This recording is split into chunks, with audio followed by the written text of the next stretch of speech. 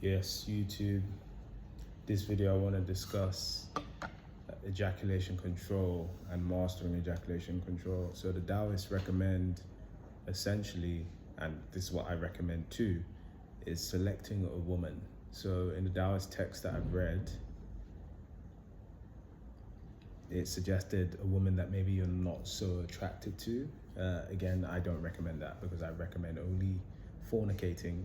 I don't recommend fornicating, but if you choose to fornicate with a woman, or let me be neutral here, with a person that you find attractive. So whilst I understand why the Taoists recommend that, because you'll have more control, you're less enamored by her physical form, I understand. But in general, I mastered ejaculation control from sticking with the same woman and practicing, and then I was able to have non-ejaculatory orgasms. So I'm forever grateful to her to an extent, because it was with her practice. So yeah, it's weird because sex becomes less about your pleasure and your ejaculation, and kind of like less, well, it's kind of tied in. I just, sex was a form of training for me, because when I read the Taoist text, when I was like deep in reading the text from Mantak Chi and all these guys, it's like there's certain rhythms. So I would be counting my strokes and counting my reps. Quite bizarre when I think about it, because I no longer do it. It'd be like 9 shallow, 1 deep, and stuff like that, and different things like that. But it worked. The ladies were satisfied, it worked. Bitches were squirting. So whatever I was reading, the screwing method and all of this stuff, it worked when I put it into practice.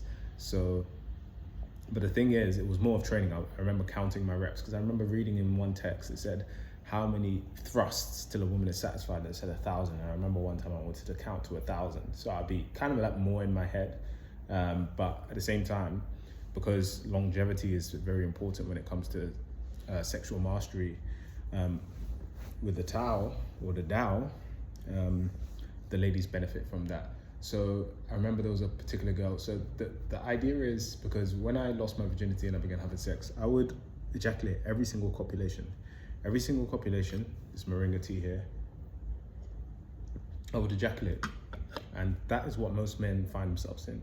Most men find themselves in that kind of situation where every single copulation they're ejaculating, and that's not what you want to do.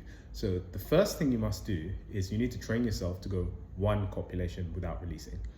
Even if it means you have to stop early and you're not fully satisfied and she's not fully satisfied. This is why they recommend having an intimate partner. Maybe someone, maybe you can share it with. I personally didn't do that, because the person that I was practicing with, I just didn't want to divulge that much information. The moment you start talking about non-ejaculatory orgasms and I'm practicing not ejaculate, nah, I wasn't that, no. It's just not something, you can do that if you choose to, but it's not something I wanted to discuss.